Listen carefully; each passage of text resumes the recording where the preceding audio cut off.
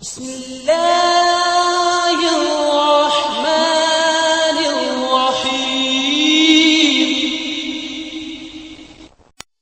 پیارے دوستو، آپ یہ تو جانتے ہی ہیں کہ ساون کے مہینے میں سانپ مارنے سے اس کا نر ہو یا مادہ ہو، اس کا ساتھی بدلہ نہیں دیتا ہے۔ تو پیارے دوستو، آخر کون سا ایسا طریقہ ہے جس کو کیا جائے تاکہ سانپ کے دوسرے ساتھی کو پتہ ہی نہ چلے کہ سانپ کس نے مارا ہے؟ تو یہ ویڈیو دیکھنے کے لیے برائے مہربانی میرا چینل سبسکرائب کر لیں۔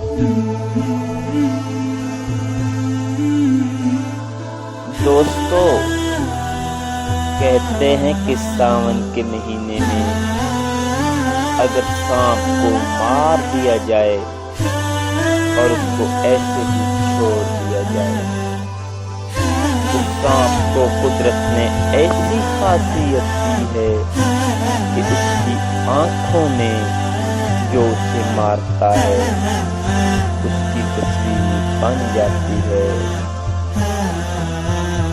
اور جب سانپ کو مار کر ایسے ہی پھینک دیا جاتا ہے تو اس کا ساتھی چاہے نر ہو چاہے مادہ ہو، وہ جب اپنے ساتھی سانپ کی لاش کو دیکھتی ہے تو اس کی آنکھوں میں اپنے دشمن کی تصویر دیکھ لیتی ہے۔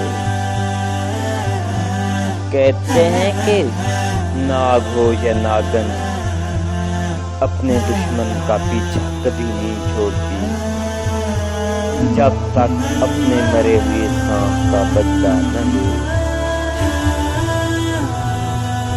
یہ کہاں تک سچ ہے، اس کے بارے میں بہت سی لوگوں کی رائے ہے۔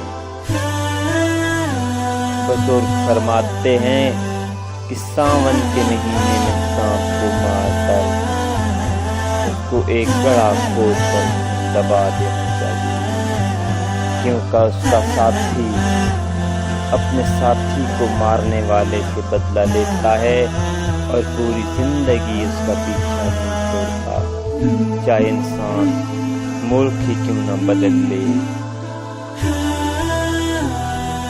تو یہ بات کہاں تک سچ ہے، اس کے بارے میں بہت سی کہانیاں بنی ہیں۔ کہتے ہیں کہ جب نر ہو یا مادہ اپنے ساتھی کا بدلہ لینے کے لیے اپنے دشمن سے دور جاتا ہے تو جان کی پرواہ کیے ہوئے وہ اپنے دشمن پر حملہ ضرور کرتا ہے۔ یہ الگ بات ہے کہ اکثر سانپ انسان پر حملہ کرتے ہوئے مار دیے جاتے ہیں، انسان اشرف المخلوقات ہونے کے ناطے تمام جانوروں پر حاوی ہے۔